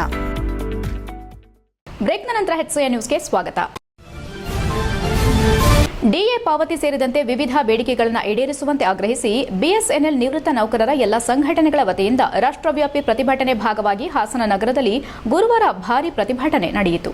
ಬೇಲೂರಿನ 1ನೇ ಅಧಿಕ ಸಿವಿಲ್ ಜಡ್ಜ್ ಮತ್ತು JMFC ನ್ಯಾಯಾಲಯದ ಆದೇಶದಂತೆ ಮತ್ತು ಡಿಕ್ರಿಯ ದಿನಾಂಕ 31/10/2025 ದಾಖಲೆಯಂತೆ ಗುರುವಾರ ಮಹತ್ವದ ತೀರ್ಪಿನಂತೆ ನ್ಯಾಯಾಲಯದ ಆಮೀನುದಾರರು ಹಾಗೂ ಪೊಲೀಸರು ಹಾಗೂ ಪರ ವಕೀಲರ ಮುಖಾಂತರ ಜಾಗದ ಮಾಲೀಕರು ತಮ್ಮ ಸುಪರ್ದಿಗೆ ಜಾಗ ಪಡೆದುಕೊಂಡರು. ಈ ವೇಳೆ ಮಾತನಾಡಿದ ವಕೀಲರಾದ MD ಗಿರಿಜಾಂಬ, ನಮ್ಮ ಪರ ಕಕ್ಷಿದಾರರಾದ ಡಾ ಸುಂದರ್ ಅವರಿಗೆ ಸೇರಿದ ಸುಮಾರು 12,000 ಚದರ ಅಡಿ ವಿಸ್ತೀರ್ಣದ ಜಾಗವನ್ನ 1994-95ರಲ್ಲಿ ಇಂಡಿಯನ್ ಆಯಿಲ್ ಕಂಪನಿಗೆ 25 ವರ್ಷಗಳ ಅವಧಿಗೆ ಲೀಸ್ ಮೂಲಕ ನೀಡಲಾಗಿತ್ತು. 2019ರಲ್ಲಿ ಲೀಸ್ ಅವಧಿ ಮುಗಿದ ಬಳಿಕ ಕಾನೂನುಬದ್ಧವಾಗಿ ಲೀಸ್ ರದ್ದುಪಡಿಸಿ ನೋಟಿಸ್ ನೀಡಿದ್ರೂ ಸಂಬಂಧಿಸಿದ ಸಂಸ್ಥೆಯಾಗಲಿ ಅದನ್ನು ನಡೆಸುತ್ತಿದ್ದ ಪ್ರಜ್ವಲ್ ಪೆಟ್ರೋಲ್ ಬಂಕ್ ಕೃಷ್ಣ ಅವರು ಜಾಗವನ್ನ ಖಾಲಿ ಮಾಡದೆ ಸಾಕಷ್ಟು ನೋಟಿಸ್ ನೀಡಿದ್ರೂ ಅದಕ್ಕೆ ಸಂಬಂಧಿಸಿರುವ ಜಾಗ ಖಾಲಿ ಮಾಡದೆ ಅಕ್ರಮ ಸ್ವಾಧೀನ ಮುಂದುವರೆಸಿದ್ದರೆಂದು ವಿವರಿಸಿದರು. ಈ ಹಿನ್ನೆಲೆಯಲ್ಲಿ 2019ರಲ್ಲಿ ಮೂಲ ದಾವೆ ನಂಬರ್ 304/2019 ದಾಖಲಿಸಲಾಗಿದ್ದು, ಸುದೀರ್ಘ 6 ವರ್ಷಗಳ ವಿಚಾರಣೆ ಬಳಿಕ ನ್ಯಾಯಾಲಯವು ಮಾಲೀಕರ ಪರವಾಗಿ ತೀರ್ಪು ನೀಡಿದೆ. ಕೋರ್ಟ್ ಆದೇಶದಂತೆ 2 ತಿಂಗಳ ಒಳಗೆ ಜಾಗ ಖಾಲಿ ಮಾಡಬೇಕೆಂದು ಸೂಚನೆ ನೀಡಲಾಗಿತ್ತು. ಜೊತೆಗೆ ಬಾಕಿ ಬಾಡಿಗೆ ಮತ್ತು ಅಕ್ರಮ ಸ್ವಾಧೀನಕ್ಕೆ ಪ್ರತಿ ತಿಂಗಳು 10,000 ಪರಿಹಾರವನ್ನು ಪಾವತಿಸುವಂತೆ ನಿರ್ದೇಶನ ನೀಡಲಾಗಿತ್ತು. ಆದರೆ ನಿಗದಿತ ಅವಧಿಯಲ್ಲಿ ಜಾಗವನ್ನು ಹಸ್ತಾಂತರಿಸದ ಹಿನ್ನೆಲೆ ಮಾಲೀಕರು ಕೇಸ್ ದಾಖಲಿಸಿದ್ದು, ಇಂದು ಕೋರ್ಟ್ ಮೂಲಕ ಜಾಗದ ಸಂಪೂರ್ಣ ಸ್ವಾಧೀನವನ್ನು ಪಡೆದುಕೊಂಡಿದ್ದೇವೆ. ಇದರಲ್ಲಿ ದಿವಂಗತ ಡಾ ಸುಂದರ್ ಅವರು ಹಾಗೂ ಅವರ ಪುತ್ರಿಯರಾದ ಶ್ರುತಿ ಮತ್ತು ಸ್ವಾತಿ ಅವರಿಗೆ ಜಾಗದ ಹಕ್ಕು ಇರುವುದರಿಂದ ಕೋರ್ಟ್ ಆದೇಶದಂತೆ ಪೆಟ್ರೋಲ್ ಬಂಕ್ ಸಂಬಂಧಿಸಿದ ಎಲ್ಲಾ ಸಾಮಗ್ರಿಗಳನ್ನು ಸ್ಥಳದಿಂದ ತೆರವುಗೊಳಿಸಿ ಜಾಗವನ್ನು ಖಾಲಿ ಮಾಡಿಸಲಾಗಿದೆ. 6 ವರ್ಷಗಳ ಕಾನೂನು ಹೋರಾಟದ ನಂತರ ನ್ಯಾಯ ದೊರೆತಿದ್ದು, ಕೋರ್ಟ್ ಆದೇಶದ ಮೂಲಕ ಡಿಗ್ರಿ ಹೋಲ್ಡರ್ಗಳಿಗೆ ಸ್ವಾಧೀನ ಹಸ್ತಾಂತರಿಸಲಾಗಿದೆ ಎಂದರು. ನಮಗೆ 6 ವರ್ಷಗಳ ನಂತರ ನ್ಯಾಯ ದೊರಕಿಸಿಕೊಟ್ಟ ಬೇಲೂರಿನ ನ್ಯಾಯಾಲಯಕ್ಕೆ ಹಾಗೂ ವಕೀಲರಿಗೆ ಡಾ ಸುಂದರ್ ಕುಟುಂಬ ವರ್ಗ ಕೃತಜ್ಞತೆ ಸಲ್ಲಿಸಿತು. ಈ ಸಂದರ್ಭದಲ್ಲಿ ಸುರೇಶ್, ಸುಧನ್ವ, ಗೋಕುಲ್, ಮೋನಿಶಾ, ಸ್ವಾತಿ, ಶ್ರುತಿ, ಷಡಾಕ್ಷರಿ, ನ್ಯಾಯಾಲಯದ ಆಮೀನುದಾರರು ಹಾಗೂ ಇತರರು ಹಾಜರಿದ್ದರು. HCI news, Belur. ನಮಸ್ಕಾರ. ಇವತ್ತು ಕೋರ್ಟ್ ಆದೇಶದ ಮೇಲೆ 1ನೇ ಅಧಿಕ ಸಿವಿಲ್ ಜಡ್ಜ್ ಮತ್ತು JMFC ಬೇಲೂರು ನ್ಯಾಯಾಲಯದ ಆದೇಶದ ಮೇಲೆ ಜಾರಿ ಕೇಸ್ ನಂಬರ್ 14/2026ರಲ್ಲಿ ನಮಗೆ ಹಿಂದೆ ನಾವು ಈ ಪೆಟ್ರೋಲ್ ಬಂಕ್ ವಿರುದ್ಧ ಒಂದು ಕೇಸ್ ಹಾಕಿದ್ವಿ. ನಾವು ಅಸಲು ದಾವಾ ನಂಬರ್ 304/2019 ಅಂತಂದೇಳಿ. ಅದರಲ್ಲಿ ನಾವು ಮೂಲ ಮಾಲೀಕರು ಬಂದು ಡಾ ಸುಂದರ್ ಅಂತಂದೇಳಿ ಬೇಲೂರಿಗೆ ಜನತೆಗೆ ಭಾಳ ಚಿಟಪಚಿಟರು. ಅವರ ಜಾಗವನ್ನು 12 ಸ್ಕ್ವೇರ್ ಫೀಟ್ ಜಾಗವನ್ನು ಅವರು ಇಂಡಿಯನ್ ಆಯಿಲ್ ಕಂಪನಿಗೆ 25 ವರ್ಷಕ್ಕೆ ಲೀಸ್ ಮಾಡಿಕೊಟ್ಟಿದ್ರು ರಿಜಿಸ್ಟರ್ ಮೂಲಕ. ಆ 25 ವರ್ಷ ಅವಧಿ ಮುಗಿದೋಯ್ತು. ಮುಗಿದ ಮೇಲೆ ಅವರ 2019ರಲ್ಲಿ ಅದು ಲೀಸಿನ ಅವಧಿ ಮುಗಿದ ಮೇಲೆ ಕಾನೂನುಬದ್ಧವಾಗಿ ಅವ್ರಿಗೆ ನಾವು ಟರ್ಮಿನೇಟ್ ಮಾಡಿ ನೋಟಿಸನ್ನು ಕೊಟ್ವಿ. ಆ ಟರ್ಮಿನೇಟ್ ಮಾಡಿದ ಮೇಲೂ ಕೂಡ ನಮಗೆ ನಮ್ಮ ಜಾಗವನ್ನು ಬಿಡಲಿಲ್ಲ. ಯಾಕೆಂತಂದರೆ ಒನ್ಸ್ ನಾವು ಕಾನೂನುಬದ್ಧವಾಗಿ ಟರ್ಮಿನೇಟ್ ನೋಟಿಸನ್ನು ಇಶ್ಯೂ ಮಾಡಿದ ಮೇಲೆ ಅವರ ಪೊಸಿಷನ್ನು ಕಾನೂನು ಬಾಹಿರ ಅಂತ ಆಗುತ್ತೆ. ಅದಾದ ಮೇಲೆ ನಾವು ಅನಿವಾರ್ಯ. ಬೇಲೂರು ಪಟ್ಟಣದ ಜೆಪಿ ನಗರದಲ್ಲಿರುವ ಪ್ರಜ್ವಲ್ ಪೆಟ್ರೋಲ್ ಬಂಕ್ ಸಂಬಂಧಿತ ಜಮೀನು ವಿವಾದಕ್ಕೆ ಬೇಲೂರು 1ನೇ ಅಧಿಕ ಸಿವಿಲ್ ಜೆಎಂಎಫ್ಸಿ ನ್ಯಾಯಾಲಯದ ಮೂಲಕ ಅಂತಿಮ ತೆರೆ ಬಿದ್ದಿದ್ದು, ದೀರ್ಘಕಾಲದ ಕಾನೂನು ಹೋರಾಟದ ಬಳಿಕ ಮೂಲ ಮಾಲೀಕರಿಗೆ ಜಾಗವನ್ನು ಅವರ ಸ್ವಾಧೀನಕ್ಕೆ ಒಪ್ಪಿಸಲಾಗಿದೆ. ಹಾಸನ ನಗರದ ಬಿಎಂ ರಸ್ತೆ ಬಳಿ ಇರುವ ಬಿಎಸ್ಎನ್ಎಲ್ ಕಚೇರಿ ಆವರಣದಲ್ಲಿ ನಡೆದ ಈ ಪ್ರತಿಭಟನೆಯಲ್ಲಿ 100ಕ್ಕೂ ಅಧಿಕ ನಿವೃತ್ತ ನೌಕರರು ಭಾಗವಹಿಸಿ ಕೇಂದ್ರ ಸರ್ಕಾರದ ವಿರುದ್ಧ ಆಕ್ರೋಶ ವ್ಯಕ್ತಪಡಿಸಿದರು. ಪ್ರತಿಭಟನಾಕಾರರು ತಮ್ಮ ಬೇಡಿಕೆಗಳನ್ನು ಒಳಗೊಂಡ ಫಲಕಗಳನ್ನು ಹಿಡಿದು ಘೋಷಣೆಗಳನ್ನು ಕೂಗಿ ಸರ್ಕಾರದ ವಿರುದ್ಧ ತೀವ್ರ ಅಸಮಾಧಾನ ಹೊರಹಾಕಿದ್ರು. ಡಿಎ ಪಾವತಿ ತಡೆ ಹಿಡಿದಿರುವುದು ನಿವೃತ್ತ ನೌಕರರ ಜೀವನವನ್ನು ಸಂಕಷ್ಟಕ್ಕೆ ತಳ್ಳಿದೆ ಎಂದು ಆರೋಪಿಸಿದ್ರು. ಕೇಂದ್ರ ಸರ್ಕಾರದ ನಿರ್ಲಕ್ಷ್ಯ ಧೋರಣೆಯಿಂದ ಪಿಂಚಣಿದಾರರು ಆರ್ಥಿಕವಾಗಿ ತೀವ್ರ ಸಂಕಷ್ಟ ಅನುಭವಿಸುತ್ತಿದ್ದಾರೆ ಎಂದು ಪ್ರತಿಭಟನಾಕಾರರು ಹೇಳಿದರು. ಈ ಸಂದರ್ಭದಲ್ಲಿ ಮಾತನಾಡಿದ ನಿವೃತ್ತ ನೌಕರ ಎಸ್ ನಾಗರಾಜು, ಕೇಂದ್ರ ಸರ್ಕಾರವು ಬಜೆಟ್ನಲ್ಲಿ ಹೊಸ ನಿಯಮಗಳನ್ನು ಸೇರಿಸುವ ಮೂಲಕ ಪೆನ್ಷನ್ ರಿವಿಷನ್ ಹಾಗೂ ಟಿಎ ನೀಡುವ ಪ್ರಕ್ರಿಯೆಗೆ ಅಡ್ಡಿ ಉಂಟುಮಾಡಿದೆ ಎಂದು ಟೀಕಿಸಿದರು. ಇತ್ತೀಚಿನ ನೀತಿಗಳ ಪ್ರಕಾರ ಭವಿಷ್ಯದಲ್ಲಿ ಯಾವುದೇ ಪೇ ಕಮಿಷನ್ ಅಥವಾ ರಿವಿಷನ್ ನಡೆದರೂ ಅದರ ಅನುಸಾರ ಪಿಂಚಣಿ ಪರಿಷ್ಕರಣೆ ಮಾಡುವುದಿಲ್ಲ ಹಾಗೂ ಟಿಎ ನೀಡುವುದಿಲ್ಲ ಎಂಬ ರೀತಿ ಅಸ್ಪಷ್ಟನೆ ಉಂಟಾಗಿದೆ ಎಂದು ತಿಳಿಸಿದರು. ಅದರ ಜೊತೆಗೆ ಜನವರಿ 2026ರಿಂದ ನೀಡಬೇಕಾಗಿದ್ದ ಡಿಎ ಪಾವತಿಯನ್ನು ಸರ್ಕಾರ ತಡೆ ಹಿಡಿದಿರುವುದು ಅತ್ಯಂತ ಖಂಡನೀಯ ಎಂದರು. ಎಲ್ಲ ಪೆನ್ಷನ್ ಸಂಘಟನೆಗಳು ಒಗ್ಗಟ್ಟಿನಿಂದ ಈ ಹೋರಾಟ ನಡೆಸುತ್ತಿದ್ದು, ಸರ್ಕಾರ ಸ್ಪಂದಿಸದಿದ್ದರೆ ಮುಂದಿನ ದಿನಗಳಲ್ಲಿ ಇನ್ನಷ್ಟು ತೀವ್ರ ಹೋರಾಟ ಕೈಗೊಳ್ಳಲಾಗುವುದೆಂದು ಎಚ್ಚರಿಸಿದರು. ಏಪ್ರಿಲ್ 30 ಮತ್ತು ಮೇ 1ನೇ ದಿನಾಂಕದಂದು ಬೃಹತ್ ಹೋರಾಟ ನಡೆಸುವುದಾಗಿ ತಿಳಿಸಿದರು. ಪ್ರತಿಭಟನೆಯಲ್ಲಿ ನಿವೃತ್ತ ನೌಕರರಾದ ರಾಜು, ಶಿವಣ್ಣ, ಸಂಪತ್ ಕುಮಾರ್, ಕಾಂತರಾಜು, ಅಯ್ಯಂಗಾರ್, ದೇವರಾಜು, ನಾಗರಾಜ್, ರಾಮಚಂದ್ರ, ನಿರ್ವಾಣೇಗೌಡ ಸೇರಿದಂತೆ ಹಲವರು ಉಪಸ್ಥಿತರಿದ್ದರು. HCN news Hassan. ಕಳೆದ ಬಾರಿಯ ಕೇಂದ್ರ ಬಜೆಟ್ನಲ್ಲಿ ಒಂದು ವಿಷಯವನ್ನು ಅಡಕವಾಗಿ ಮಾಡಿ ಅದರ ಪ್ರಕಾರ ಮುಂದೆ ಯಾವುದೇ ಒಂದು ವೇಜ್ ರಿವಿಷನ್ ಅಥವಾ ಪೇ ಕಮಿಷನ್ ಆದಾಗ ಅದರ ಪ್ರಕಾರ ಪೆನ್ಷನ್ ರಿವಿಷನ್ ಮಾಡೋದಿಲ್ಲ ಅನ್ನೋ ಅಥವಾ ಡಿ ಎ ಕೊಡೋದಿಲ್ಲ ಅನ್ನೋ ಒಂದು ಕ್ಲಾಸನ್ನು ಸೇರಿಸಲಾಗಿದೆ. ಅದರ ಪ್ರಕಾರ ಈಗ ಸರ್ಕಾರ BSNL ಅಲ್ಲಿ ಜನವರಿ 2026ರಿಂದ ಕೊಡಬೇಕಾದಂಥ ಒಂದು ಡಿ ಎನ ತಡೆ ಹಿಡಿದಿದೆ. ಬದಲಿಗೆ ಒಂದು ಆದೇಶವನ್ನು ಹೊರಡಿಸಿ ಅಫೋರ್ಡಬಿಲಿಟಿ ಕಂಡೀಷನ್ ಹಾಕಿ ನಿಮಗೆ ಕೊಡಲಿಕ್ಕಾದರೆ ಮಾತ್ರ ಕೊಡಿ ಅನ್ನೋ ಒಂದು ಕಂಡೀಷನ್ ಹಾಕಿ ನಮ್ಮ ನಿವೃತ್ತ ನೌಕರರನ್ನು ಸತಾಯಿಸ್ತಾ ಇದೆ. ದಿನೇ ದಿನೇ ಬೆಲೆ ಏರಿಕೆಗಳಾಗಿ ಇವತ್ತಿನ ಪರಿಸ್ಥಿತಿಗಳಲ್ಲಿ ಜೀವನ ದುರ್ಬರ ಆಗ್ತಕ್ಕಂಥ ಸಂದರ್ಭದಲ್ಲಿ ಡಿ ಎನ ತಡೆ ಹಿಡಿದಿರೋದು ಒಳ್ಳೆಯದಲ್ಲ ಅಂತ ಹೇಳಿ ನಾವಿವತ್ತು ಸರ್ಕಾರಕ್ಕೆ ಮನವರಿಕೆ ಮಾಡಿಕೊಡ್ಲಿಕ್ಕೋಸ್ಕರ ಈ ಪ್ರತಿಭಟನೆಯ ದೇಶಾದ್ಯಂತ ಹಮ್ಮಿಕೊಂಡಿದ್ದೀವಿ. ಎಲ್ಲ ಸಂಘಟನೆಗಳು, ಪೆನ್ಷನರ್ ಸಂಘಟನೆಗಳು ಸೇರಿ ಕೊನೆಯಲ್ಲಿ ಮತ್ತೊಮ್ಮೆ ಮುಖ್ಯಾಂಶಗಳು. ಮಂತ್ರಾಲಯ ಬಳಿ ಭೀಕರ ಅಪಘಾತ, ಬೇಲೂರಿನ ಒಂದೇ ಕುಟುಂಬದ 6 ಮಂದಿ ಬಲಿ, ಸ್ಥಳೀಯ ಗ್ರಾಮಸ್ಥರಲ್ಲಿ ದುಃಖದ ವಾತಾವರಣ.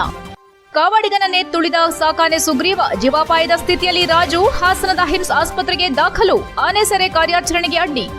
ಹಕ್ಕುಪತ್ರ ಹೊಂದಿರುವ ಮನೆಗಳಿಗೆ ಹಾನಿ, 8ನೇ ದಿನವೂ ಮುಂದುವರೆದ ರೈತ ಸಂಘದ ಪ್ರತಿಭಟನೆ, ಬೇಡಿಕೆ ಈಡೇರದಿದ್ರೆ ವಿಧಾನಸೌಧದವರೆಗೂ ಪಾದಯಾತ್ರೆಯ ಎಚ್ಚರಿಕೆ.